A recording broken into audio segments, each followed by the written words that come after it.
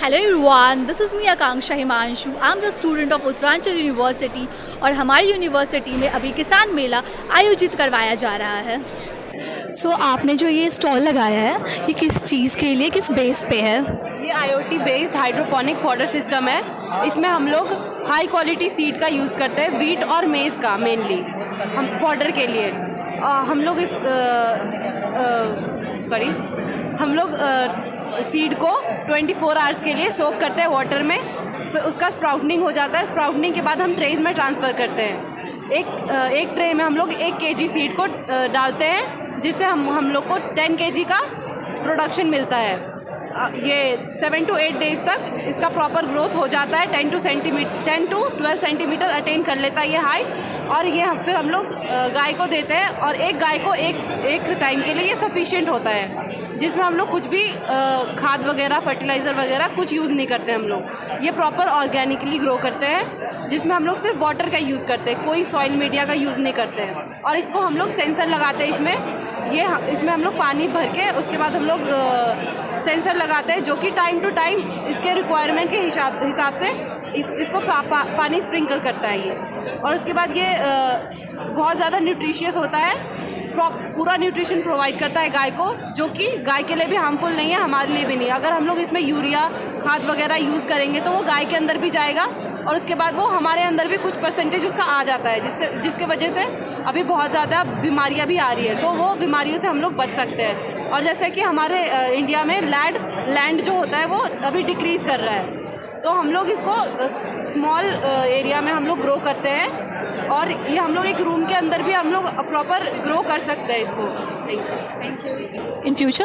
In future ये हमने एक ये लगाया है रेन वाटर हार्वेस्टिंग सिस्टम। जैसे ही रेन होती है तो हम उसको एक टैंक में पानी को हार्वेस्ट कर लेंगे, और जैसे हार्वेस्ट करेंगे हमने इसमें एक सेंसर लगाया है वाइल 69, जो मॉइस्चर को डिटेक्ट करेगा। सेंसर ये जैसे ही डिटेक्ट करेगा, ये आर्डिनो को एक मैसेज देगा, उससे ही ये ऑटोमेटिकली पानी यहाँ से लैंड में चला जाएगा। और जैसे ही 30% से कम होगा तभी ये काम करेगा। जैसे 70% से ऊपर हो जाएगा मॉइस्चर, तो ये ऑटोमेटिकली बंद हो जाएगा। और पावर सप्लाई के लिए हमने ये सोलर प्लेट लगाई है, और उसके लिए बैटरी बैकअप का भी एक रखा है हमने, कि इससे ना फार्मर को इलेक्ट्रिसिटी कॉस्ट नहीं देना पड़ेगा। तो ये थोड़ा सा एक्सपेंसिव हो जा रहा है फार्मर्स के लिए अगर देखा जाए तो। अभी प्रोटोटाइप है, हमारे इसके लैब में काम चल रहा है। तो आप लोग मुझे ये बताइए कि आपने जो ये स्टॉल लगाया है वो किस चीज़ पे है, किस रिगार्डिंग है? It's about integrated sustainable farming. It's an aspect for the future farming lovers. So हम लोगों ने हमारा जितने भी फार्म्स हैं उनको इंटरकनेक्टेड बनाया है।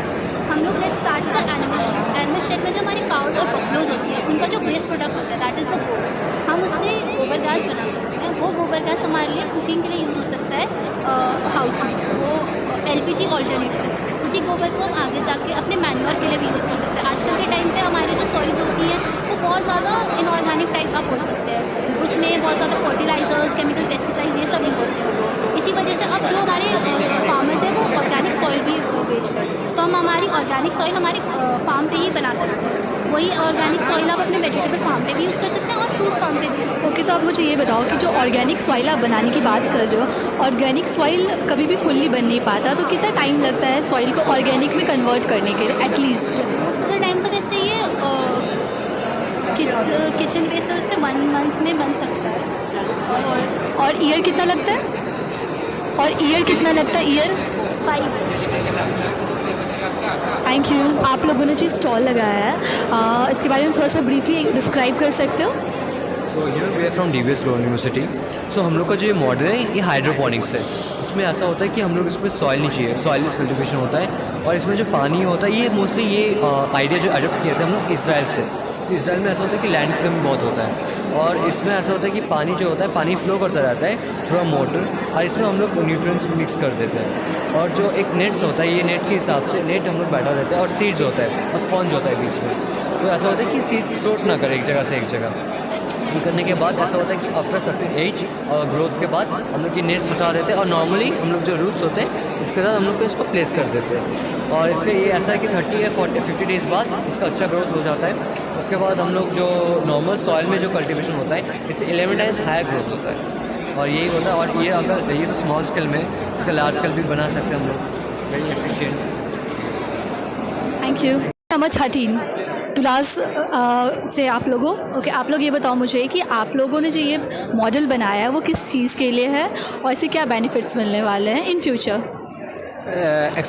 ऐसे हम लोग ने ना बायो ब्रिकेट्स बनाया है। ये क्या है, ये बहुत ही नॉर्मल, मतलब क्या कहते हैं, पॉल्यूशन लेस चीज़ है। इसमें क्या होता है कि ये ऐसा फ्यूल है जिसका इग्निशन टेम्परेचर अच्छा है, बहुत जल्दी इग्नाइट हो जाता है। और ये कोल और क्या कहते हैं चारकोल टाइप्स में आता है, जो कि हम लोग पराली से बनाते हैं। पराली क्या करते हैं, जो ऐसे हम लोग वेस्ट कर देते हैं उसे, और उसको जलाते भी हैं हम लोग, उससे क्या होता है पॉल्यूशन होता है। लेकिन हम लोग उसे कंप्रेस कर देते हैं और कंप्रेस करके ऐसा फ्यूल टाइप बना देते हैं जिसे हम लोग यूज़ कर सकते हैं एनर्जी प्रोडक्शन के लिए, या फिर हुक्का के लिए, या फिर हम लोग ये रोटी बनाते हैं ना जो क्या कहते हैं नान वगैरह, उसके लिए होटल इंडस्ट्रीज़ में यूज़ कर सकते हैं। इसके अलावा सर इसमें हम लोग ना क्या कहते हैं थोड़ा सा वो इंसेन स्टिक्स में यूज़ करते हैं। इसके अलावा मॉस्किटो रेपेलेंट्स में यूज़ करते हैं। बस इस चीज़ के लिए हम लोगों ने इसे बनाया है। और अभी जैसे कि सिलेंडर की क्राइसिस चल रही है, तो हम इसे एज ए कुकिंग भी यूज़ कर सकते हैं, कुकिंग एनर्जी भी यूज़ कर सकते हैं अपने चूल्हा में। और इसमें बहुत ही कम एमिशन होता है स्मोक का, एज़ पर जैसे हम लोग गोईठा उपला वगैरह यूज़ करते हैं उसके मुकाबले बहुत कम यूज़ होता है। यू मीन टू से ये पॉल्यूशन ज़्यादा नहीं क्रिएट करेगा इन्वायरमेंट में और ये बेनिफिशियल भी है। Thank you.